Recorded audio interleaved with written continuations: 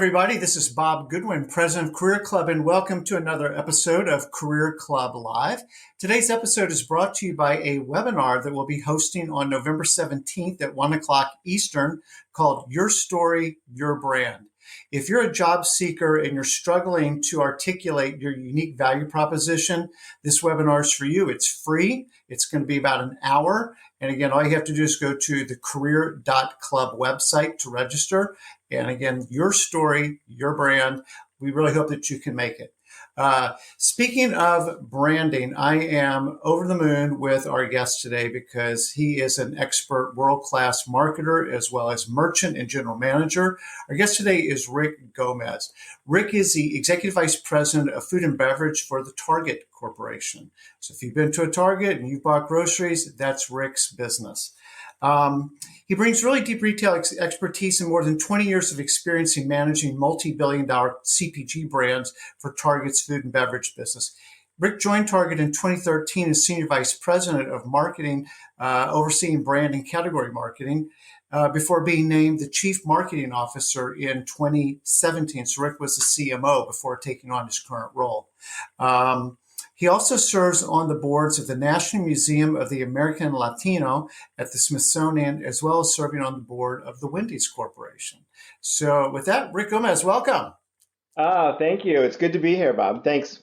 No, we had a really good chat a few weeks ago, and I'm very excited to weave into our conversation today a number of things between some of the things that you guys are doing in a really, really important department of Target, a fun department at Target. We're going to talk a little bit about some career pivoting that you've done, which I think is fascinating and will be of high interest to people. And then we're going to end with a little bonus question that I know that people are going to enjoy.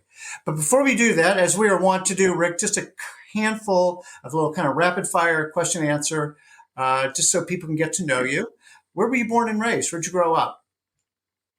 Yeah, I was born in Houston, Texas, and family is really, all my extended family is from southern Texas along the border there. But then we grew up back and forth between Texas and New Jersey. So like to say I got a little bit of the best of both.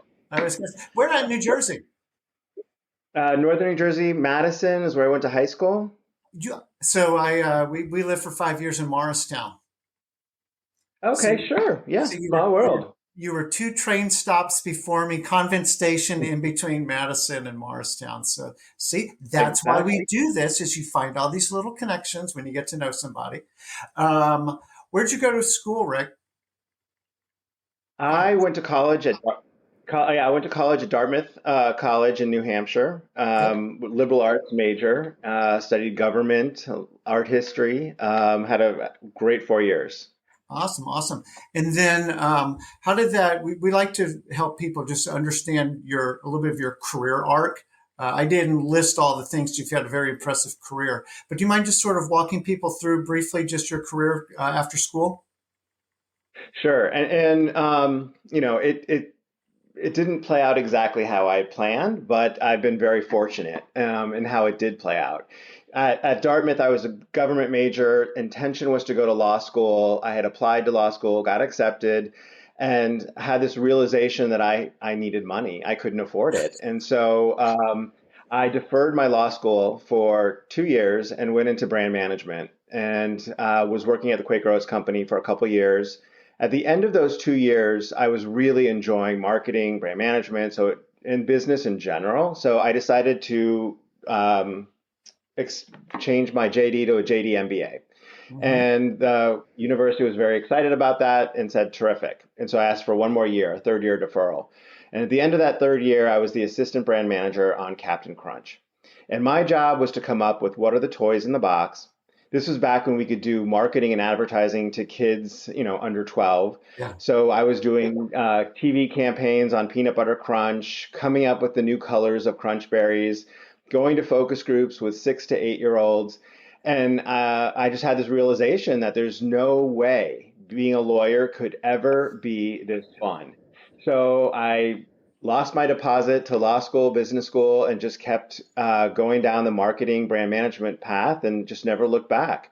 From there, I was a Quaker for a while. We got purchased by PepsiCo. I spent 8 years at PepsiCo and was the chief marketing officer when I left of all the non-carbonated beverages: Aquafina, Propel, Sobe, Tropicana, Yep. Dole. And then I went and did a brief stint, 4 years in Miller Coors and marketing to that kind of young 21 to 29-year-old, lots of influencer marketing, social marketing, sports marketing. And then after that, I moved to retail, made the jump, did a bit of a pivot out of CPG into retail, Target, and been at Target now for 10 years and in marketing mostly. I expanded into e-commerce, digital strategy, but then made another pivot to lead the food and beverage business in more of a general manager capacity. Well, we will talk more career pivots. I don't want to go too deep down this, but I just really love how you had a plan, but you were open to changing your plan based on experience. And so often when we're working with younger members at Career Club who are trying to figure out what they want to be, it's almost a test for negatives because you don't know what all is out there until you start trying stuff. And you didn't know that you would love marketing until you actually got into it. And the more you got into it, the more you liked it. And you don't know how to say yes to something until you've tried it before. So I think that's very, Yeah. very cool that you were open-minded to doing all that. Yeah, I mean, I'm a big believer in having a plan, even though the plan never goes as you think it will, and just being open to what opportunities come your way. And as I've thought about different moves, different career opportunities, different pivots, different companies, for me, I think about it through really two criteria. Is it something that I'm going to learn and build new skills is really important to me. I have high curiosity. I love to learn. Am I going to learn new skills? And then two, am I going to be able to have impact? That's really important to me. I don't want to just go into a role where I'm going to learn a bunch of stuff, but I'm not going to be able to make a difference and deliver results. So if it can deliver on those two criteria, then it's definitely something I'll consider. Well, I love the fact that you have a rubric for evaluating stuff like that. Sometimes people have pinball careers. What I mean by that is like you just sort of react to the last thing that hit you. And you're like, well, wait a minute. No, I actually do have a couple criteria. It might be interesting, but if it's not going to help me in both of these things, maybe that's not a fit for me. And I Yeah. think that's really, really if we stop the recording right now, Rick, that's phenomenal advice. So thank you. Real quick at Pepsi, do you know the ladies that go by the Band of Sisters, Lori Marcus, C. Nicholson, some Sure. of them? Yeah, so we had them on the Very podcast good. about a year ago. Really, really, I know all of them very well, and they're an impressive group of business leaders, are and they not? had the of working with many of them. Yeah, yeah. So anyway, so you have a great legacy here on the Career Club podcast. So last thing, what do we find you doing when you're not changing food and beverage at Target? What are your hobbies or outside interests of work? Yeah. Gosh, I'm big into fitness, and I love to work out. I'll take any kind of class from a Barry's Boot Camp, F45, Soul Cycle, Orange Theory, you name it. I love them all. And then when I'm not in a class, I'm usually in the basement on a Peloton. So that's kind of what I love to do. You It gives me are, energy, yeah. clears my mind. When I was younger, I would do more races, but now I'm older and I'm fine just sitting on a bike. Running or bike races? I did marathons and triathlons. Jeez, oh Pete, Rick, listen to you. Wow, no wonder you're I like mean, listen, I like to say I was an endurance athlete, which just means I was very, very slow, and it took me a long time to finish. I thought you were going to say too dumb to know when to quit. You just keep going. Oh, but I would finish. That's awesome. All right, let's get into the heart of the topic. But that was fun. That was one of the funnest icebreaker sessions we've had in a while. So thank you. Um, so you made a very interesting. You had a job at Target that many people would consider kind of the pinnacle of their career. You're the chief marketing officer for a Fortune 100 company. Major retailer, and you decided that you wanted to move into something else. I'm going to kind of blend a little bit of career pivot and food and beverage kind of at the same time. But what motivated the move? Yeah, it's a good question. For a long time, I had said I wanted to be a chief marketing officer for a large consumer-driven organization. And I was at a point where I had achieved the title of chief marketing officer at Pepsi, but there were also about a dozen chief marketing officers at Pepsi, and I really wanted to lead the discipline for a company. And when I had the chance to do that for Target, it was like, this is my goal. To your point, you used the word pinnacle. This is what I've aspired to do for many, many, many years. It's a great brand. It's an iconic brand that I was really proud to be a part of it and to work with a talented group of marketers. Um, but you get curious and you want to learn more and you want to do more. And so what happened was my job expanded and they asked me to take on our e-commerce business in addition to marketing. And that was great because e-commerce is another guest touch point, another consumer touch point. So there's a lot of marketing that goes into how to think about um, the digital experience. And then they added on corporate strategy, which made it Wow. a lot of sense. In that corporate strategy is so linked to consumer insights and the brand, and where does it make sense to stretch the brand, and where does it make sense not to stretch the brand. And that was good. And I was doing that job, and I was still learning. I don't think I really had my sea legs yet at doing all those different things. When Brian Cornell, my boss, our CEO, said, I want you to take this job in food and bev. And, I'll be honest with you, I didn't raise my hand for it. I didn't even I hadn't even imagined the idea of not being associated with marketing in some capacity, to be honest with you. I mean, that's what I have done my whole career. And when your CEO asks you to do something, you do it. And I went into the role not sure if I would like it or if I would be very good at it. And my job was to run our food and beverage business, which is about a $23 billion P&L. And I run pretty much everything except for the marketing. So supply chain, we have food distribution centers across the US. We have store operations, people kind of on the ground, on the front line, in stores across the US. A merchandising team that's thinking about assortment, product, pricing, a planning and financial planning team, which is more financially oriented, forecasting. And then an own brands team, which is doing product R&D, product innovation, and development, food scientists. So it was everything but marketing. And, I went into it not sure. And, 3 years later, I've absolutely loved it. It's been, an amazing move for me. Um, the thing about marketing is what I've realized is you never really leave it because as long as you're in a consumer driven business, you're always thinking about the consumer. As long as you're in a branded business, you're always thinking about the brand and what's right for the brand.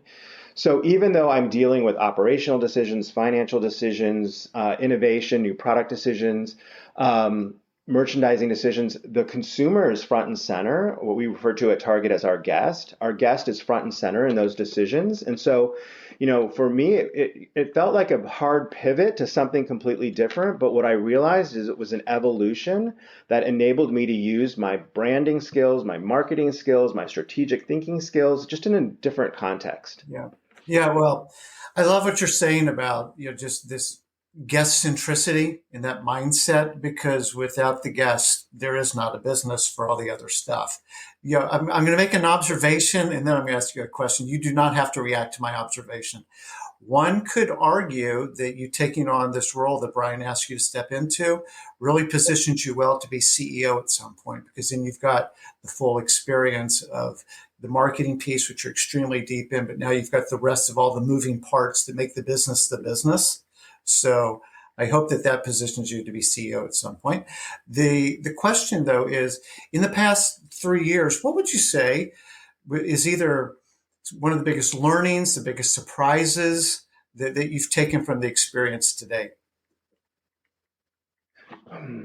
One of the biggest learnings for me, And I didn't think about it when I moved into this role. I thought a lot about finance and I thought a lot about supply chain. I thought a lot about, gosh, I got to learn all this stuff. It's a different language.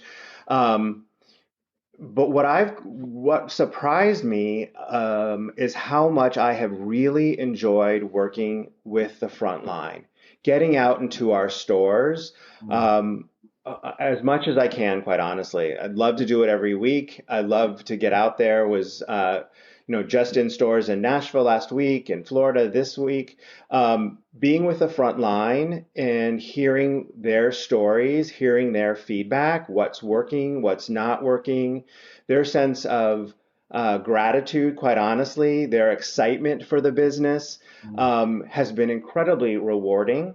And I think what helps me as someone who is trained in marketing is what you learn in marketing is storytelling. And to be able to go out now into the field and to be in a store, to be in a back room, to listen, and then to take those stories and be able to bring them back to headquarters and share the stories that I'm hearing from the front line on what we can do better and what we can do differently. I've really enjoyed that part of my job. We have an incredibly passionate, amazing frontline of store team members who love the Target brand. And we're going into right now what is the Super Bowl of retail. It's the fourth quarter, it's holidays, and they are pumped and they're excited. And to go out into the stores, you just feel that energy. And I've loved that part of the job. Now, I think it's cool too. I think it also definitely touches on your consumer insights roots and stuff like that, where it's the voice of the customer, except in this case, it's the voice of the associate, and like staying very, very close to that and not having so many filters between you and what's really going on with people. I think is awesome. Let's talk food and beverage for a minute because you're in such a great category or department, however you think about it, because and we talked about this earlier, where food and beverage is so experiential, right? It's not like some other consumer products that are more functional, although there obviously is the functional aspect of it, but there's the social quality, like breaking bread together, kind of a thing, trying new things. How are you bringing sort of those category benefits and kind of overlaying what makes Target special? hmm Yeah, and I think, well, first of all, I completely agree with you. I love working in the food and beverage business. But what's interesting, a little bit of context, at Target, we haven't always been in the food and beverage business. And in fact, we started as a general merchandiser, and we're famous for apparel and home, Yes. toys. People talk about Target and the Target magic, and that's referring oftentimes to the style and at an affordable price that we offer in apparel, home, accessories. We got into the food and beverage business later on, and we did it because we wanted to drive frequency. People buy food a lot more frequently than they're buying apparel or home or electronics.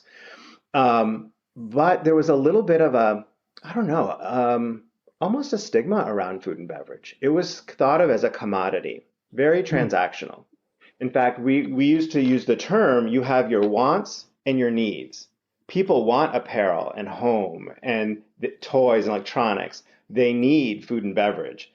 And I actually don't think about that at all. Food and beverage is very much a business that is about people, it's about humanity. I mean, if you think about it, everyone has their favorite meal, favorite food, favorite beverage. What you prepare for your family says a lot about how you care about your family.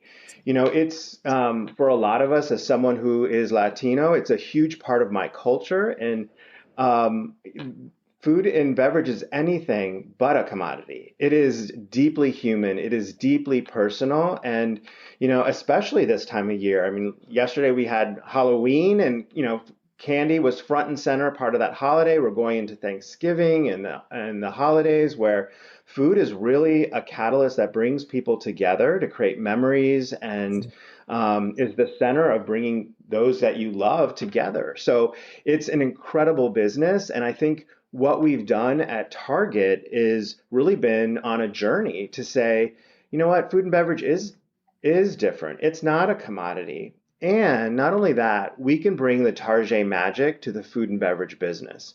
And that's really been our journey for the last handful of years, is to take that inspiration, that affordability, that trend, and bring that to food and beverage. And we like to say that we want to go from being a retailer that just sells food to Yes. becoming a retailer that celebrates food. And when we get to that point, we will have been successful. And we're still on that journey, but we're making progress.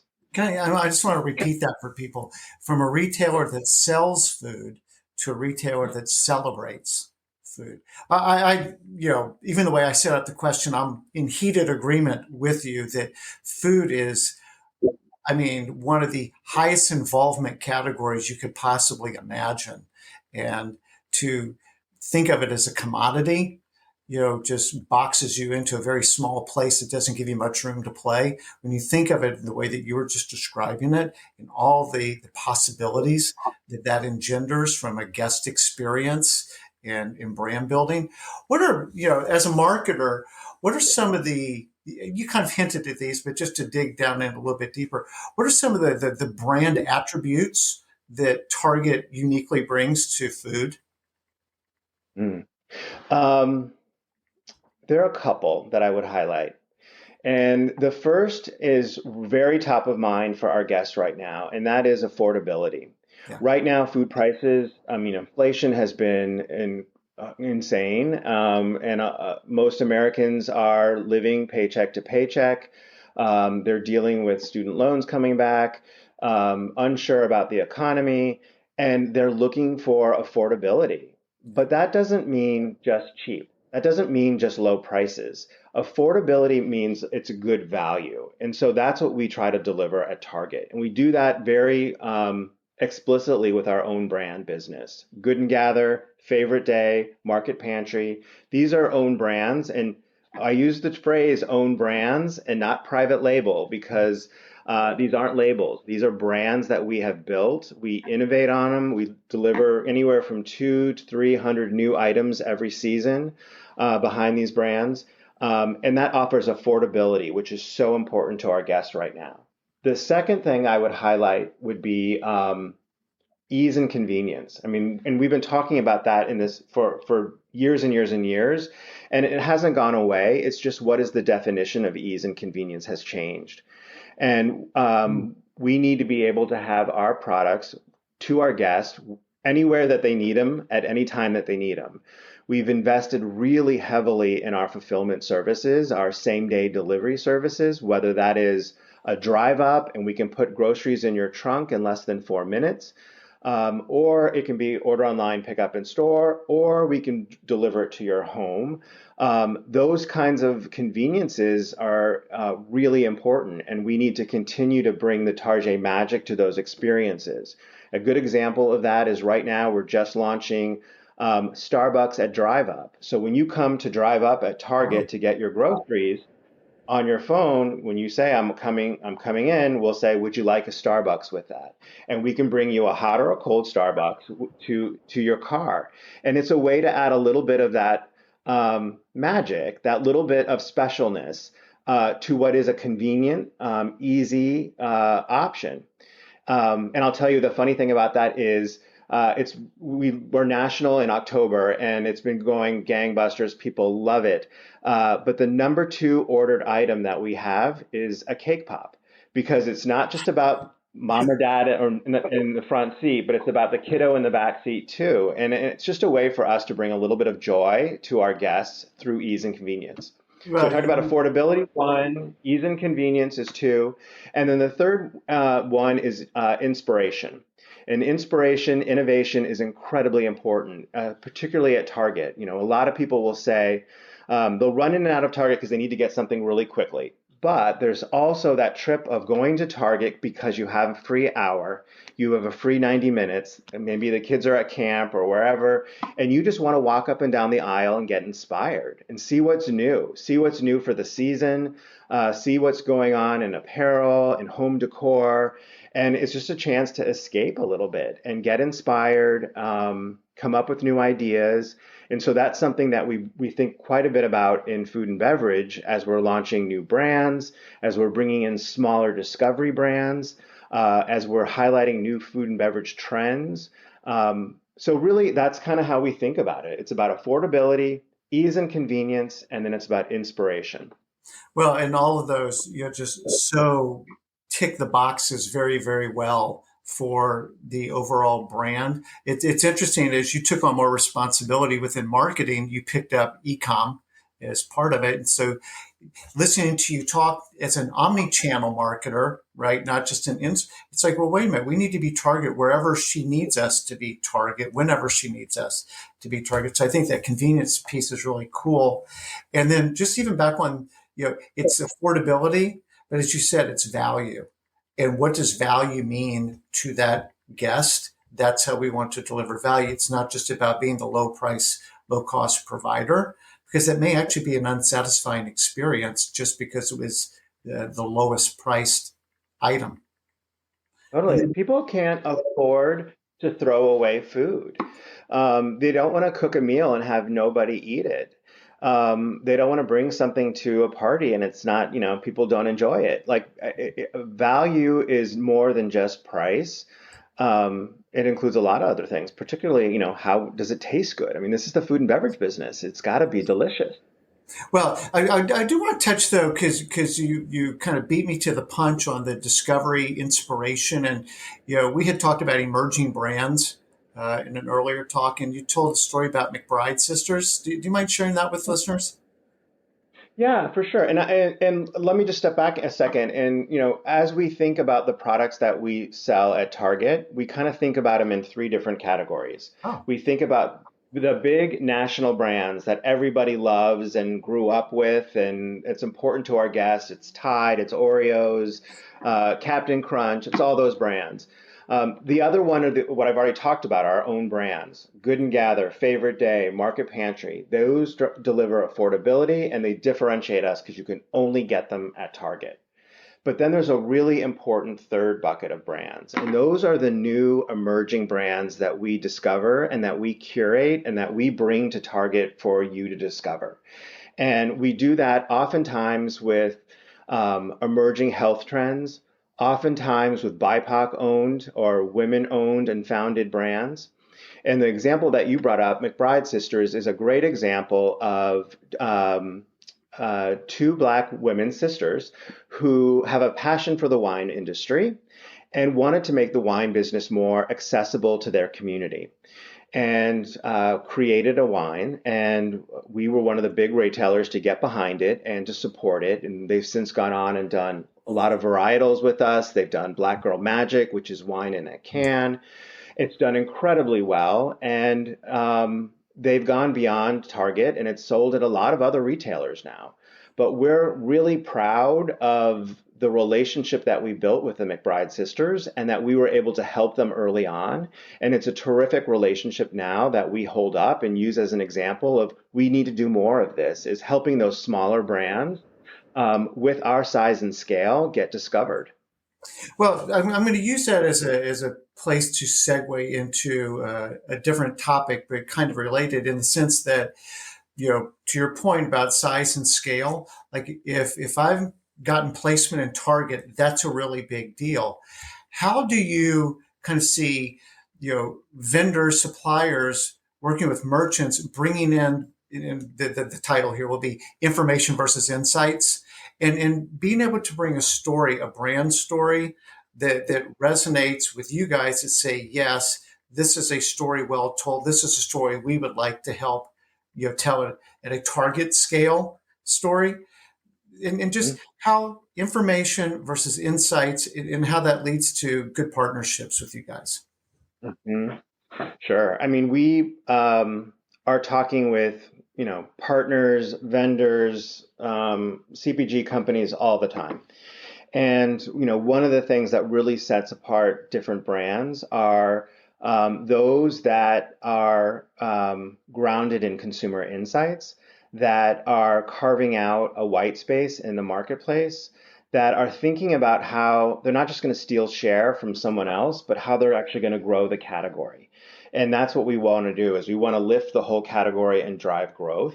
And so having brands that can tell that story and can explain from a consumer insights perspective is incredibly compelling. As we're working with smaller brands, the product is important, absolutely. The leaders and the entrepreneurs and their vision is really important, but it has to have a story behind it. It has to have a reason for being. And I think those brands that can tell a story about why they got into this business are the ones that'll really resonate and connect, and we can partner with them on that storytelling. Yeah. Now, I appreciate it because, as you know, I come from a consumer insights background, and I think that this storytelling and what's the essence of the brand, and then how that aligns with, in your case, the Target brand, and helps elevate, as you say, the category and also the guest experience. That I found something at Target that I hadn't seen before, and it was amazing because that's why I go to Target is to go find amazing. And I love your expression from earlier, affordable joy. I found affordable joy at Target, and that makes shopping fun again instead of just sort of this drudgery and task orientation. Yeah, I mean, it makes it shopping fun again, but I also think right now it's what we all need. Right now, the world's a tough place. The economy is in a scary place right now, and people are juggling a lot of priorities. They're stretched for time, and their budgets are stretched, and they're looking for of what we would refer to as affordable joy, just that moment of a respite from everything that's going on. And we think that that's something that Target can deliver uniquely. People will talk about unprompted, people will tell us that Target is their happy place. It's their happy place because they can go there and just kind of forget about everything else for just a little bit. And they can discover, they can be inspired, they can learn about new things, and they don't feel guilty about it. And so, that's as we've been thinking through the pandemic, coming out of the pandemic, thinking about some of the challenges with inflation. That's really been our North Star is how do we continue to bring affordable joy to our guests in light of everything that they've got going on in their lives? Yeah, well, you guys have clearly tapped into what, I think one might call the zeitgeist of where people are. They're just stressed out and so many things are happening to them. And both Target as a destination, but then food and beverage as categories that bring a little bit of joy, in the moment. And, you're delivering on something that makes people, feel better about their lives. And when you can be that destination, you hold that kind of, brand in somebody's heart. That's pretty high ground. Yeah, and it's I'll give you an example of kind of how it comes to life. And a perfect example would be a brand that we launched during the pandemic. It's called Favorite Day, and we recognized during the pandemic that people were, we were all kind of at home. We were living in an isolated world, our isolated worlds, and people were looking for a little bit of happiness, a little bit of joy. And so we created a brand that's all about indulgence. It's sweet, it's chocolates, it's cookies, it's savory, it's decadent, it's indulgent. This is not about health and wellness. This is about a treat. And people during the pandemic needed a treat. We've launched that brand. It's over a $600 million brand now. It's growing double digits. And Wow. we just continue to innovate on that. And, we've taken it to all kinds of places. And Halloween, we just did gummy eyeballs that are adorable and kids love them. We've been doing gingerbread houses that we've done in the shape of Target stores where we've taken gingerbread houses to Halloween and to Easter, and it just puts a smile on people's face at a very affordable price. And Favorite Day is just, I think, it kind of hit the right time when people were looking for just a little bit of happiness. And it can be as simple as a caramel dipped in dark chocolate with sea salt that just kind of tastes delicious, that gives you a little bit of a smile. And that's kind of what we need right now. Well, I cannot agree more. There's definitely a role for a little bit of decadence. We're not trying to build a lifestyle against, any of that, but there's a place for it. And, you guys seem to just, the fact that you have a $600 million brand after just a few years. I mean, like, because $1 billion is always the high watermark, right? So that's pretty incredible. Let's move on because I do want to be mindful of your time around career stuff. At Career Club, a big piece of how we work with our clients is around helping them shape their brand story because that's what we believe. You are a brand and you have a unique Hmm. story and unique attributes that you bring to the marketplace. And then the challenge is how do you identify what makes you uniquely you, how that plays out in your career, how you show those qualities in your career, and then how that informs where you'd like to go next in your career path.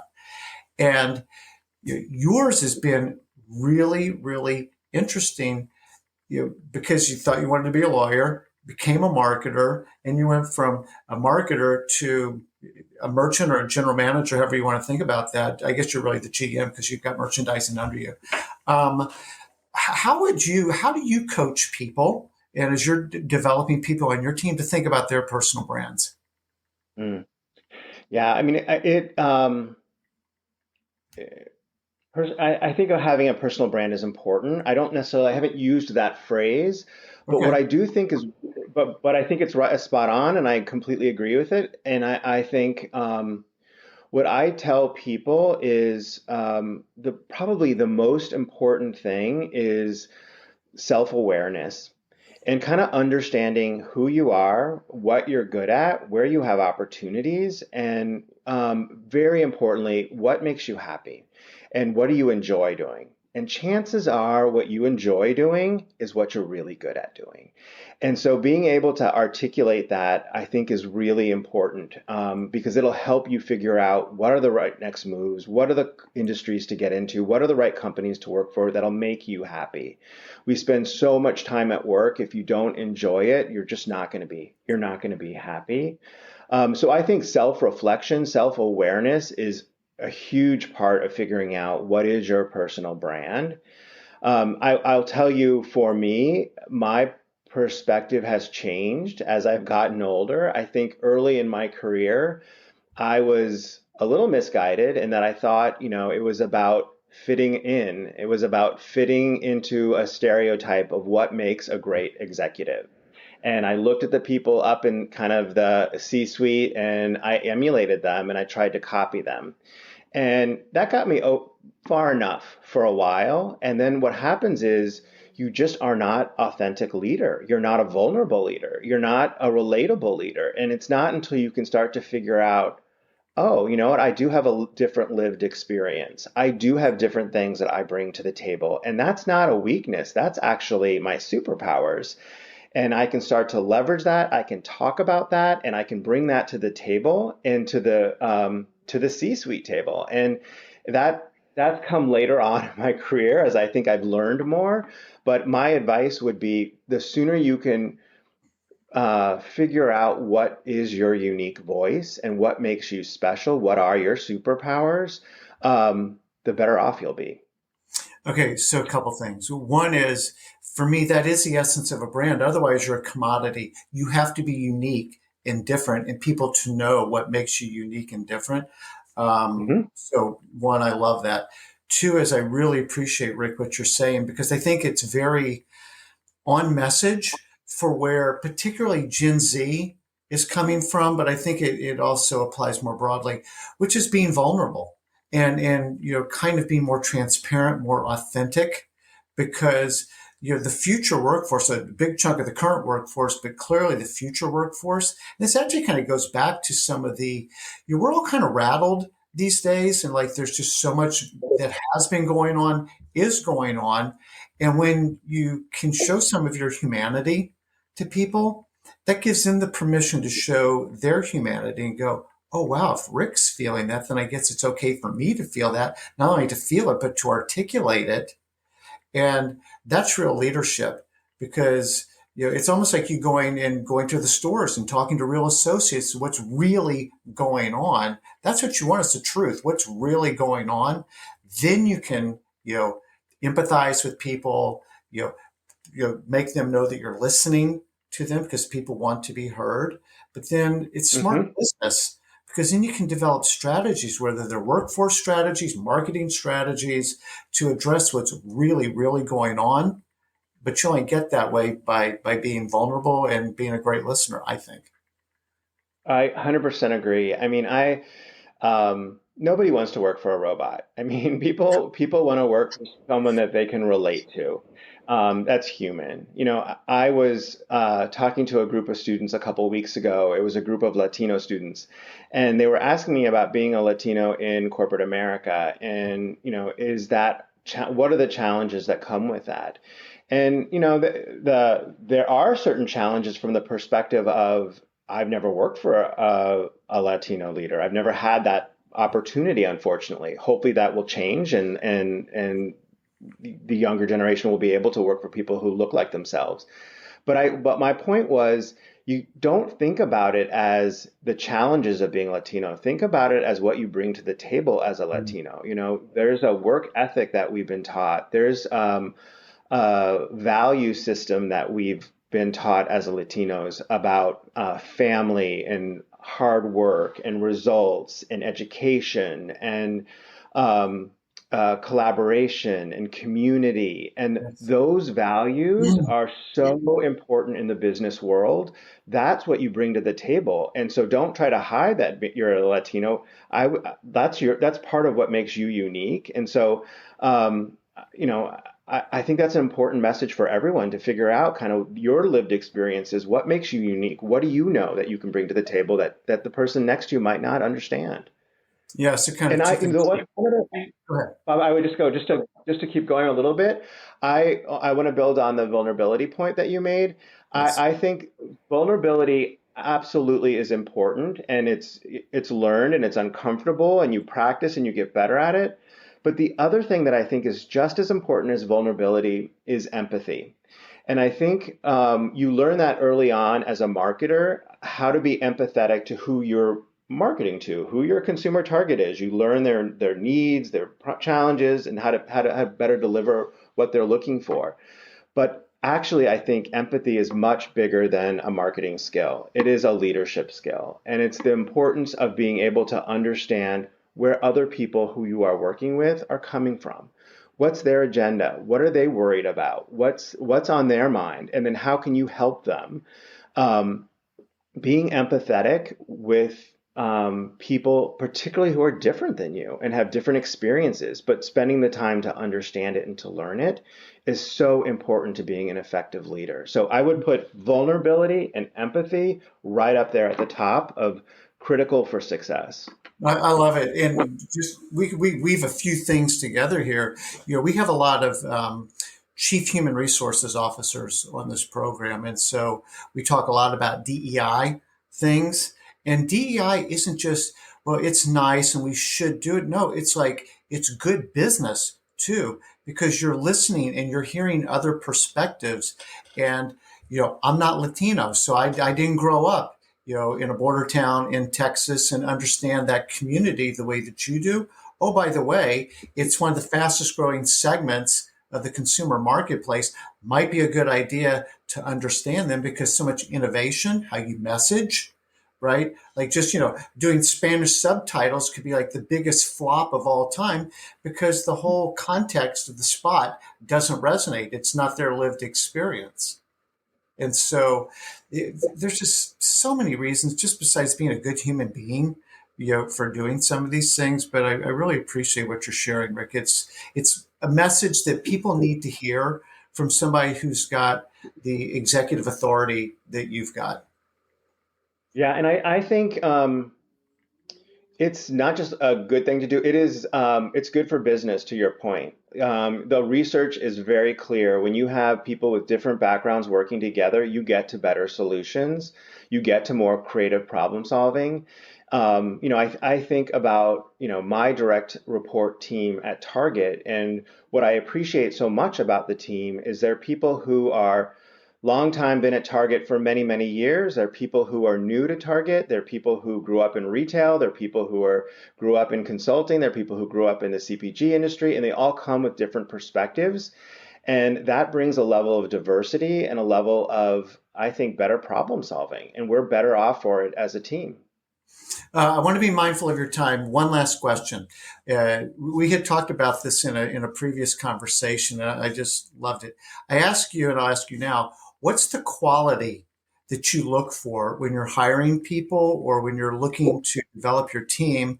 And the hint for you is it used to be something around strategic thought, strategic leadership, but you've pivoted from that. Can you kind of build that out for us? Yeah, I mean, it's changed. And, I it used to be about leadership and a track record of leading and strategic thinking and problem solving. But I will tell you, I think what is so important right now is just resilience. People, two things, resilience and then flexibility, agility. And so, from a resilience perspective, people who are willing to or have the ability, desire, the fortitude to work through really tough times, to work through challenges, to sometimes get it wrong, but then to pick themselves up and go back at it one more time. That resilience that grit is really important, and particularly as things are getting more and more challenging and moving faster and faster in corporate world. Agility and flexibility, you have to be comfortable with pivoting. The consumer is changing so fast. Technology is changing so fast. You have to be able to move quickly, and that means being agile, and that means being flexible. So resilience and then flexibility are probably two of the things that I look for the most. Yeah, and I appreciate you sharing that. And for people who are listening, we all go through challenges. As Rick said, the world's never going to be slower than it is today. And it's just going to keep going and keep going. And so being able to, and some of that change is not going to feel like it's working to your advantage. So resilience is going to be a great quality to have. But then two is being able to be flexible and be able to adapt to what the reality is. So when you're interviewing, being able to draw on past experiences where you have been able to bring those kinds of qualities to the fore are going to resonate with employers because it's the exact right recipe for what the world is calling for right now. 100%. And it goes back to storytelling, I think. You can have your personal brand, but you have to be able to tell the stories of what you've been able to deliver and accomplish and how you've been able to demonstrate resiliency, flexibility. And so I think that being able to tell those stories in a very clear, succinct, compelling way is so important. Well, Rick, this has been awesome. Is there anything that we haven't touched on that you were hoping that we would talk about before I let you go today? No, I mean, I would just reinforce the point about, because I do love the phrase, and I'm going to use it now, your personal brand. I think my last bit of advice would be, you be you and figure out what makes you happy and lean into that because that's how you'll be successful. Awesome. This has been phenomenal. Rick, I knew this was going to be good. This was better than good. It was great. Thank you so much for your time.